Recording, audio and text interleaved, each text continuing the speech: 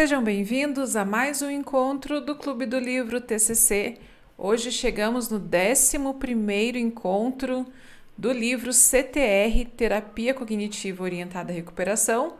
E nesse capítulo nós vamos conversar um pouco sobre como a CTR propõe a formulação do caso e o plano de tratamento quando os quadros apresentam desafios como trauma, autoagressão, comportamento agressivo ou heteroagressivo e também uso de substâncias. Nós vamos fazer uma revisão do raciocínio clínico proposto pela CTR no delineamento da intervenção. Então agora, como o 11º capítulo é o último da segunda parte, ou seja, nós já vimos como o livro expôs a proposta de intervenção para os quadros desafiadores. Hoje eu gostaria de revisar com vocês essa construção do raciocínio clínico utilizando a estrutura da CTR dentro desses quadros que eu citei, que se referem ao 11º capítulo. Então, o que é importante nós concluirmos é que, assim como a TCC clássica, a CTR ela também parte da formulação do caso. Ana, você vem falar de conceituação de novo, você fala bastante sobre isso. Sim, nós não temos como intervir sem conceituar o caso, sem formular o caso. E o que é a conceituação? É justamente entender, a partir daquele relato bruto do paciente, como é que a teoria enxerga, avalia, localiza e organiza as demandas psicológicas a serem trabalhadas. É assim que acontece na TCC clássica e também se repete através da CTR. Então, vocês vão verificar, e assim como nós fizemos nos capítulos anteriores, que parte da observação das crenças que estão contidas naquele quadro desafiador do paciente. Quais são as crenças que naquele momento estão relacionadas a um sofrimento para este paciente? E ao encontrarmos essas crenças, nós vamos conseguir olhar em direção daquilo que está faltando para o paciente em termos de significado.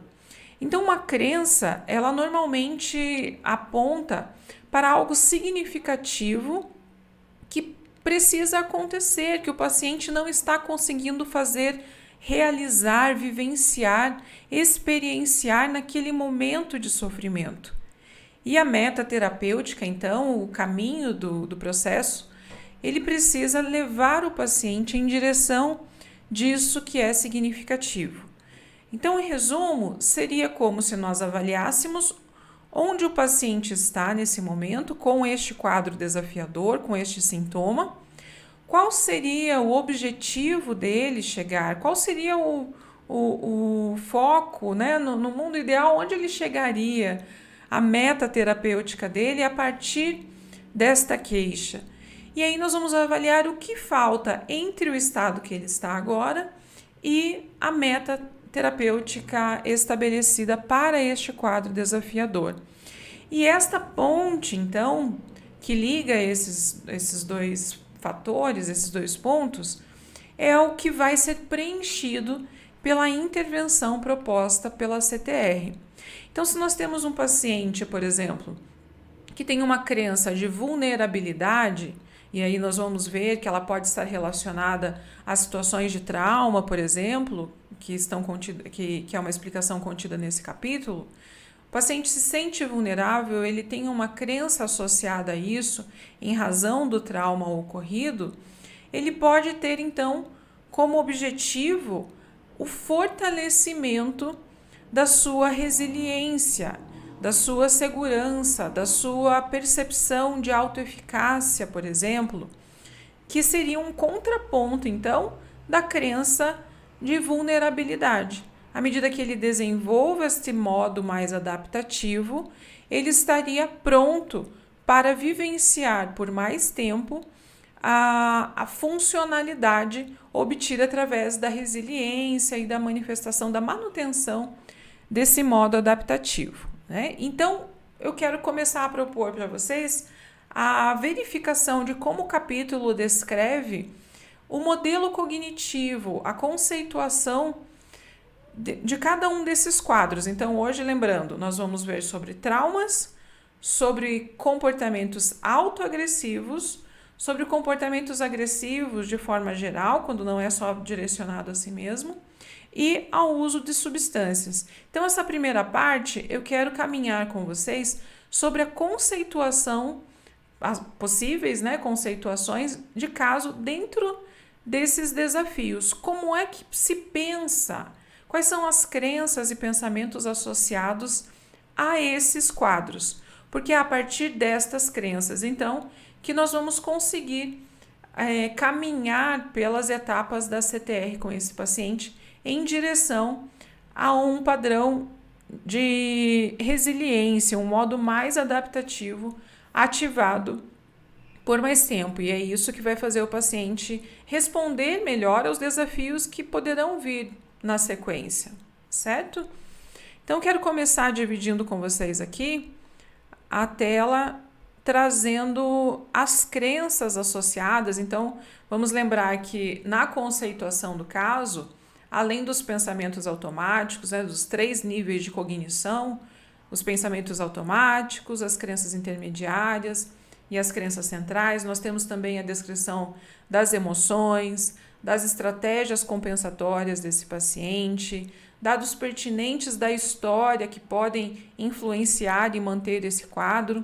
Então, aqui eu trouxe, a exemplo do que o livro propõe, a organização das possíveis crenças associadas a esse quadro desafiador, que o primeiro deles é o trauma. Então, como que se pensa? Quais são os prováveis pensamentos e crenças associados a situações de traumas? E a gente sempre vai ver esses pensamentos com base na tríade cognitiva, Os pensamentos direcionados a mim mesma, a visão de mim mesma, a visão que eu tenho dos outros e do mundo e as perspectivas futuras, certo?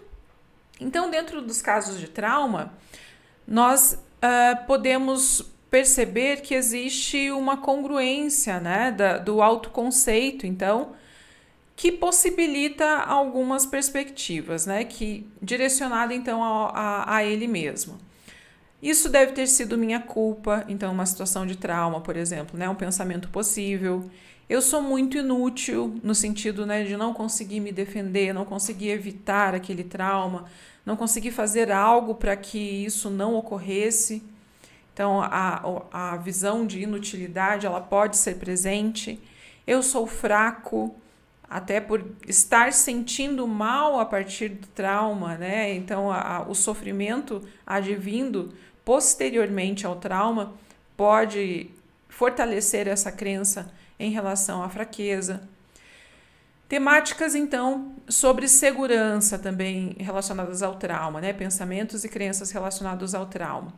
Eu estou inseguro, a sensação de vulnerabilidade, de que algo ruim pode acontecer a qualquer momento novamente, que as pessoas são perigosas e não se pode confiar nelas, que não há nada que eu possa fazer para me manter seguro, certo? Então, dentro dessa temática, a visão dele mesmo, dos outros e do mundo acaba sendo permeada pela vivência do trauma e do sofrimento. Em termos de conexão, que os outros não entendem, os outros vão se aproveitar de mim, então mais uma vez a vulnerabilidade presente. Dentro da temática do controle, o mundo é imprevisível e inseguro, não posso fazer as coisas que quero fazer, não adianta tentar, não consigo obter o que eu quero. Então, dentro da situação de trauma, essas são as possíveis crenças e pensamentos associados, O outro desafio que o livro propõe é o da autoagressão. Como é que a gente entende cognitivamente a autoagressão? Então, parte-se de uma situação de vulnerabilidade básica, depois de hipervigilância. Então, se eu me sinto vulnerável, estarei o tempo todo desconfiado do outro, me sentindo fraco, me sentindo incapaz de me defender ou de defender os outros. Evento atual ou má interpretação, então acontece algo que tem a função de desencadear aquela autoagressão, e efetivamente o comportamento de autoagressão movido pelo impulso. Então a autoagressão ela é baseada num impulso que é fundamentado por essa, né, dentro do modelo cognitivo pode ser fundamentado por essa vulnerabilidade e hipervigilância. Os pensamentos que podem estar associados sobre si mesmo, né, em casos de autoagressão não, sem intenção suicida. Eu não tenho valor, eu não tenho controle, eu mereço os danos ou a dor. Crenças sobre os outros, ninguém se importa comigo, os outros vão me rejeitar. Crenças sobre o futuro, normalmente ligado à desesperança, que o futuro é desalentador. Crenças sobre a autoagressão, nada mais me conforta, então ver a autoagressão como um alívio, uma saída. Se eu agir, o impulso vai parar. Muitas vezes o impulso de fazer é o que gera essa tensão, esse incômodo para o paciente. Ele pensa, então, quando eu fizer a autoagressão, essa tensão, essa vontade de me machucar, fazer algum comportamento nesse sentido, vai ter um alívio, como se a emoção para aliviar dependesse desse comportamento autoagressivo. E nós sabemos que não, que a regulação emocional ela acontece, né? O fluxo da emoção ele é característico como uma onda, como nós sabemos, né? A metáfora, ela vem, ela atinge um pico e ela tende a cair. Então não é o comportamento que se tem especificamente quando a emoção está no pico que leva ao alívio, mas o próprio curso da emoção. Essa é um parênteses, né, sobre tolerância ao mal-estar e estratégias também de regulação emocional que a gente pode trabalhar. Ainda pensando, né, na conceituação dos casos, agora com relação ao comportamento agressivo, é a terceira modalidade de desafios trabalhadas nesse capítulo. Também parte de crenças de vulnerabilidade, hipervigilância, evento ou má interpretação como um fator desencadeador e o comportamento agressivo propriamente dito. Crenças e pensamentos associados em relação a ele mesmo. Ter medo, se sentir ameaçado, um perigo para os outros. Então, pensamentos que podem servir de motivadores para a agressão. Se sentir impedido de ter uma necessidade satisfeita. Se sentir frustrado e impedido de um objetivo, se sentir desrespeitado e valorizado. Então veja que os motivadores da agressão muitas vezes está ligado a um desconforto emocional gerado por alguma situação. Então eu interpreto essa situação entendendo que a reação emocional que eu tenho de desconforto, ela prevalece. E aí o meu comportamento estará vinculado a este desconforto emocional e não a ponderação da situação que eu poderia fazer e não responder imediatamente a esse impulso, né? Mas teria um comportamento mais associado àquilo que eu iria ponderar da situação. Crenças sobre si mesmo: sou impotente, não tenho controle, sou fraco e vulnerável. Sobre os outros, você precisa atacar as pessoas antes que elas os ataquem. É melhor afastar as pessoas do que ser machucado. Outras pessoas se aproveitam de você ou prejudicam. Então, numa posição ali, como nós vimos, de hipervigilância, né? De estar sempre desconfiado que o outro vai passar para trás, que o outro vai atacar, vai agredir, que eu preciso me impor a isso. Crenças sobre o futuro ou o mundo é perigoso, se eu não lutar, sem dúvida serei prejudicado. Certo, gente? Claro que a conceituação ela é individualizada, né? Aqui o livro traz exemplos de forma geral que podem estar relacionados a essas temáticas que estamos estudando nesse capítulo. Mas a função da conceituação é justamente entender o processo individual que aquele paciente está passando diante de uma queixa que pode ter um nome mais amplo, né? Então, uma situação de trauma. Pode ser ampla. Então, quando nós conceituamos, nós afunilamos essa avaliação. Partimos, então, de um caso de trauma e conceituamos para entender como este paciente está pensando, está sentindo, está agindo, está tendo sintomas, reações fisiológicas. Entendem que a conceituação ela faz essa personalização, né? Ele vai individualizar a compreensão do caso, para que a partir disso as estratégias de intervenção possam ser delineadas. E nesse caso, a partir da estrutura da CTR. E aqui por último, o uso de substâncias. Ali no título está como comportamento agressivo, mas essas são as crenças relacionadas ao uso de substâncias, ok? Desconsidere o título ali, por favor. Sobre si mesmo. Eu sou fraco, sou incapaz, sou viciado, sou dependente, sou inferior, estou desconectado. A crença sobre os outros podem ser que os outros querem me machucar, que não vale a pena estar perto das pessoas, que os outros são capazes, né, que a vida dos outros é mais fácil, ou que os outros talvez não desejam a minha companhia, porque ninguém me entende, né, o que mantém o isolamento, o afastamento. O futuro é desalentador. Crenças sobre o uso da substância, tem crenças específicas, né, sobre o comportamento desafiador. Eu não pude evitar, o sentimento era muito forte. Essa é a única forma de me sentir parte de algo e de me conectar com os outros, certo? Então eu quis trazer para vocês essa exposição das crenças, desses pensamentos, para que fique claro isso.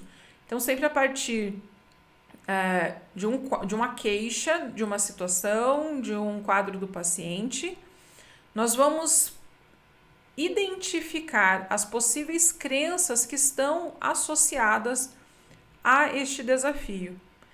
E aí, a partir disso, com as etapas da CTR que nós vamos ver agora, nós vamos direcionar o paciente a verificar o que mais existe nesse funcionamento, além desta crença, além deste desafio.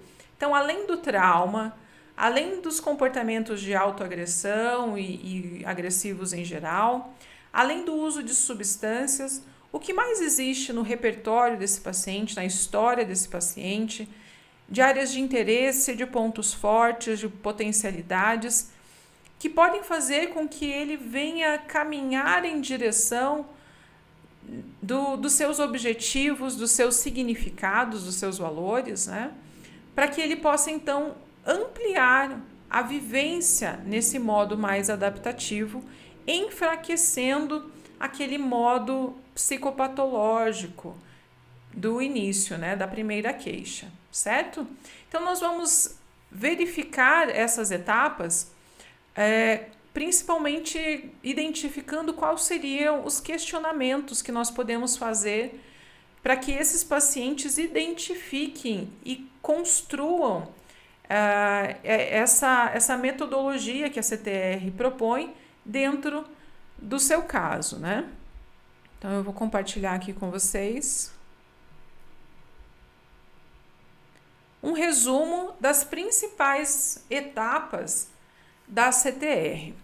Então, como eu estou falando até agora, né, que a gente começa considerando a formulação do caso, tentando identificar as crenças, os pensamentos do paciente relacionados a essas queixas.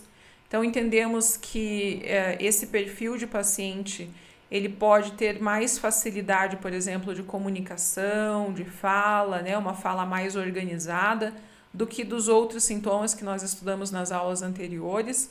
Então, nós já podemos partir para uma conceituação do caso.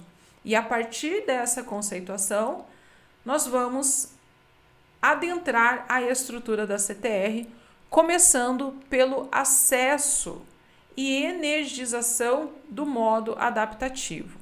Então, seja um paciente com trauma, com comportamentos auto- e heteroagressivos ou com uso de substâncias, a primeira parte da CTR propõe que seja feito um rastreamento das suas potencialidades, dos seus interesses, para acessarmos isso e energizar. Lembramos que a principal objetivo dessa etapa é a conexão, é reconectar o paciente com essas áreas de interesse e também com o profissional que está intervindo, né? Manter novamente essa relação terapêutica favorável para o desenvolvimento do processo. Então, acessar o modo adaptativo, o livro propõe que seja feita esta verificação, para que a consistência, né, quando isso é feito de modo consistente, através da repetição, e a energização fala sobre isso, então nós acessamos potencialidades e mantemos isso frequente, o paciente em contato frequente com isso de novo, para que isso ganhe vida de novo para esse paciente, tenha mais sentido para ele, né?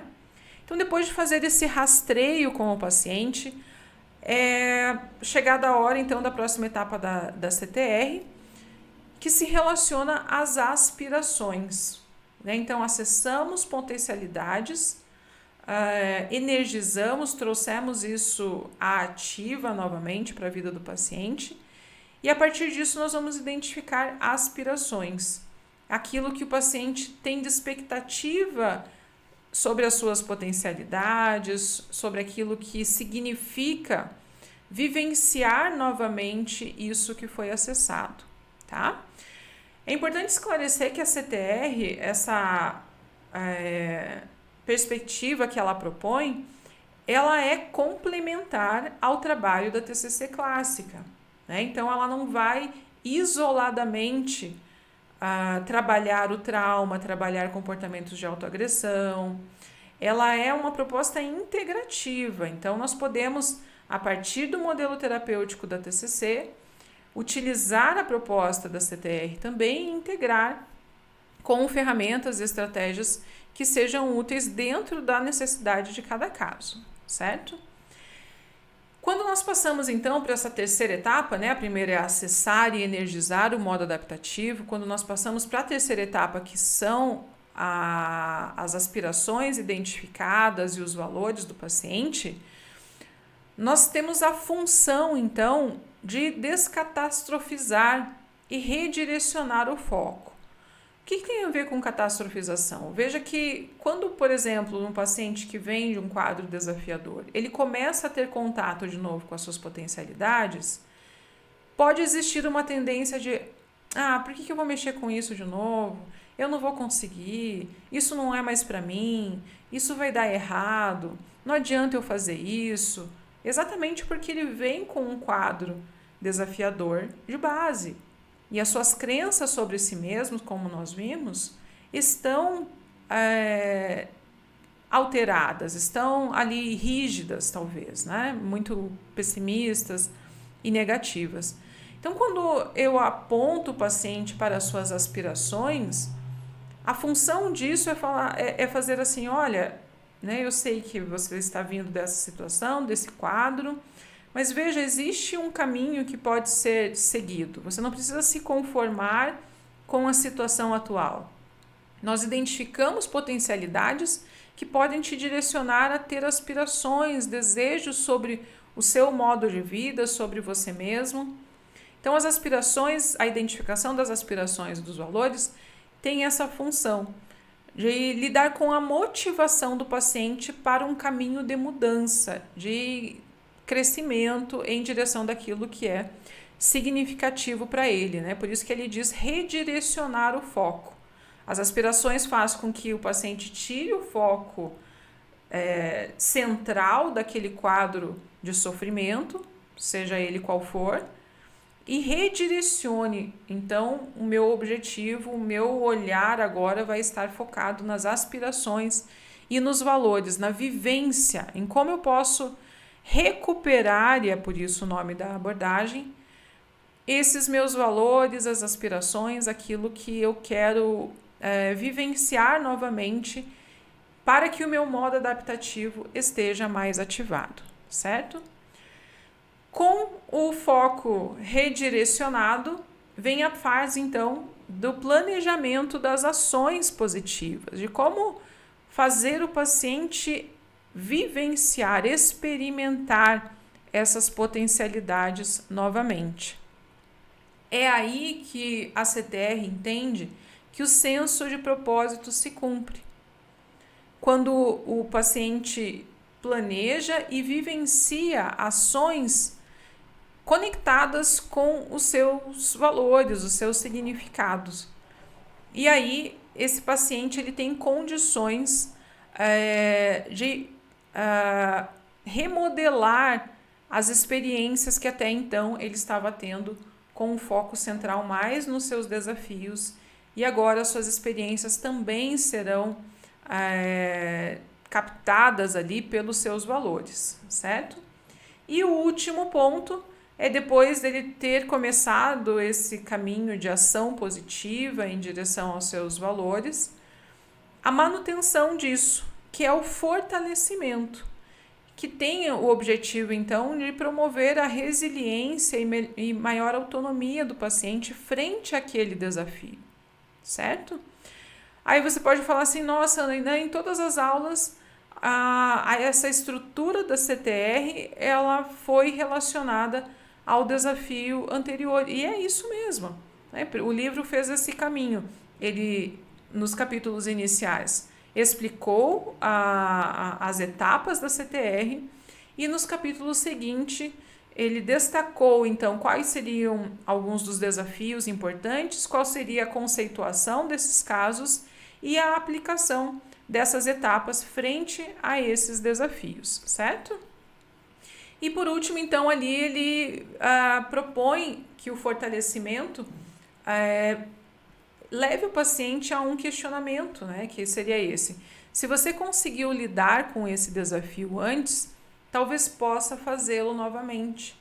Então, a ideia não é que o paciente tenha na cabeça que ele nunca mais vai passar por aquela lembrança traumática, ou aquele impulso de se autoagredir, ou aquela irritabilidade que antes o fazia agredir o outro, ou aquela vontade de fazer novamente o uso da substância. Ele não está isento a isso, mas agora, com um modo adaptativo mais ativado, ele estará pronto a ter mais clareza sobre as suas escolhas, sobre o quanto ele pode redirecionar o foco ao olhar para os seus valores, para aquilo que é significativo para ele. E através da vivência disso, ele estará mais fortalecido nessa direção também, certo? E por último, então, eu trago para vocês aqui como o livro propõe para que os valores sejam algumas sugestões de intervenção, né? Como os valores podem ser identificados. E o livro propõe aqui a técnica da pizza, né? Do gráfico em formato de pizza, onde nós podemos trabalhar com o paciente as grandes áreas da vida comum, áreas comuns, e aí, a partir disso, do dimensionamento do quanto o paciente coloca de importância, né, ou de espaço, o tamanho desse pedaço da pizza, nós podemos discutir com ele quais valores são importantes dentro de cada uma dessas áreas. Por exemplo, ali tem a música, né? A música, ok, é uma área importante para o paciente ali. Quais seriam os valores associados a isso? Então, eu gosto de perceber a minha habilidade em relação a esse instrumento, eu gosto de proporcionar momentos agradáveis para as pessoas. Então, vejam, esses são valores que podem estar contidos nessas grandes áreas de interesse. Nós descobrimos isso quando nós começamos a conversar com o paciente sobre situações vivenciadas dentro de cada uma dessas grandes áreas. Outro exemplo, então, em relação ao trabalho. O que no trabalho para ele traz satisfação, que ele percebe enquanto potencialidade? Quando que ele se sente motivado dentro daquele trabalho? É quando eu consigo executar uma tarefa, né? Então, a pessoa pode ter um valor relacionado a se sentir desafiado e a cumprir esse desafio. isso tem função também no fortalecimento da autoeficácia, ou eu me sinto motivado quando eu consigo ajudar outra pessoa no meu trabalho. Isso também tem a ver com o valor da pessoa, que é aí vivenciado, no caso, dentro do trabalho. Então, essa é uma estratégia bastante funcional de trabalhar os valores com o paciente. Começamos dividindo a pizza nas grandes áreas de interesse e seguimos fazendo a entrevista ali, o atendimento, falando sobre situações específicas dentro de cada uma dessas áreas e identificando quais são os valores predominantes em cada uma delas, e que vocês vão poder ver que os valores, eles podem se repetir ou serem vivenciados em mais de uma área. Então, se eu tenho um valor de querer ser útil, de ajudar as pessoas, eu posso fazer isso no meu trabalho, posso fazer isso com os amigos, com a família. Então, isso caracteriza que, de fato, esse é um valor muito relevante para mim e que eu não dependo apenas de uma área para vivenciá-lo, mas que eu posso fazer isso de diferentes formas. E à medida que esses valores vão sendo vivenciados, eu começo a redirecionar o foco, enfraquecendo o foco inicial do trauma, da vontade, do impulso, da autoagressão, né? Porque veja, se antes eu estava direcionada à autoagressão por me sentir vulnerável, inútil, inferior, a partir do momento que eu tenho acesso às minhas potencialidades e começo a me perceber vivenciando valores, então eu já começo a me perceber com senso de utilidade, começo a perceber que a minha companhia pode ser agradável para os outros. E aí, este modo adaptativo, este contato com a vivência dos meus valores, vai me afastar do comportamento de autoagressão. Entenderam o raciocínio clínico da CTR, né? É ativar o modo adaptativo para que ele consiga lidar melhor com as situações que antes o levavam para este comportamento, por exemplo, ok? Outra estratégia que esse capítulo traz é em relação à execução, à prática, por exemplo, das ações positivas, e ele traz essa estratégia especificamente ali nos comportamentos agressivos. Então, pensando, por exemplo, num paciente muito agitado, né, que está ali engajado em comportamentos agressivos. Então, ele propõe essa forma de abordar o paciente, que é bem interessante, que nada mais é do que você manter um padrão de comunicação que deixe claro para o paciente que você está atento ao que ele está querendo comunicar. E ele traz algumas etapas, então, que seria resumir, testar, empatizar e empoderar e redirecionar o foco. Então, vejam que ali nessas primeiras 3 etapas, resumir, testar e empatizar, tem uma flechinha em cima e embaixo representando um ciclo. E ele orienta, então o livro orienta, que esses 3 passos sejam seguidos quantas vezes forem necessárias até que a pessoa esteja visivelmente mais relaxada. Lembrando que nós estamos falando, então, de pacientes que apresentam comportamentos agressivos. Então, o primeiro passo é ali resumir. Reflita sobre o que você ouviu a pessoa dizer, né? Então, veja, se ela está ali num comportamento agressivo, provavelmente existe alguma temática, né? E aí você pode deixar claro para o paciente que você entendeu o que ele está falando. Olha, eu estou vendo que você está insatisfeito, que você está irritado, que você não gostou disso, né? Então, você faz um resumo do que você percebeu em relação ao quadro dele. E aí você testa se é isso mesmo, né? Para o paciente validar. É isso mesmo? É isso que você está sentindo, né? É isso ou não, né? Ele tem a possibilidade de negar também. E o terceiro ponto é empatizar, mostrar que você consegue ver as coisas segundo a perspectiva da pessoa e que entende o que ela pode estar sentindo, né? Então, veja, eu tô vendo que você está nervoso, é isso mesmo? Olha, eu entendo que você esteja assim, entendo que você não esteja se sentindo bem nesse momento, né? Então, você empatiza com o paciente. E enquanto o paciente não demonstra uma diminuição dessa tensão emocional, você pode repetir isso, né? Para que o paciente perceba que eu estou sendo ouvido, estou sendo visto, existe alguém com disposição para me ajudar. E aí, por último, depois que o paciente estiver numa condição mais relaxada, você pode ajudá-lo a redirecionar a energia para uma atividade mais agradável ou focada na sua aspiração. Depois que ele relaxou, então você pode ajudá-lo a redirecionar isso, entendendo até o quanto algum valor pode estar associado a essa reação agressiva que ele teve, né? Ou seja, eu fiquei com muita raiva porque aconteceu algo que não é condizente a algo que é importante para mim, né? Pode ter um fundamento que seja justo.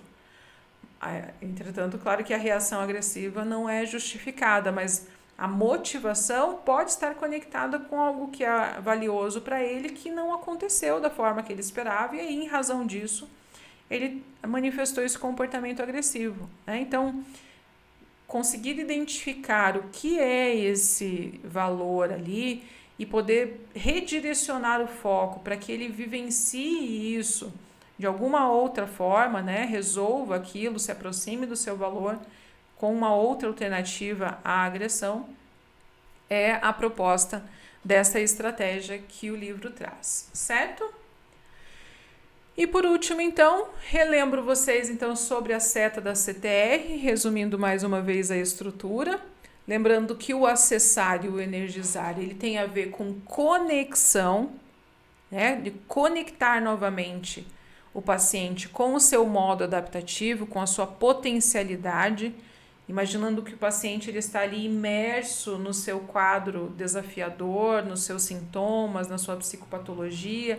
Todo o funcionamento dele está direcionado, né, como se fosse o centro ali do seu funcionamento, aquele diagnóstico, aquela dificuldade.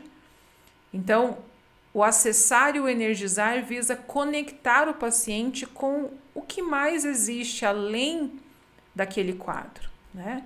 O próximo passo é desenvolver, que tem a ver então com a identificação das aspirações e dos valores, com o objetivo de incitar esperança no paciente. Eu vejo que, né, o paciente pode passar a ver que não estou condenado mais a olhar apenas para o meu desafio, o meu quadro, mas eu posso olhar para outras potencialidades e áreas de interesse e aí, a partir disso, desenvolver objetivos, desejos e ações que me conectem aos meus significados, que é a próxima etapa, então, que é o realizar essas ações, que tem a ver, como eu já disse, com o senso de propósito, de vivenciar. A CTR ela tem a função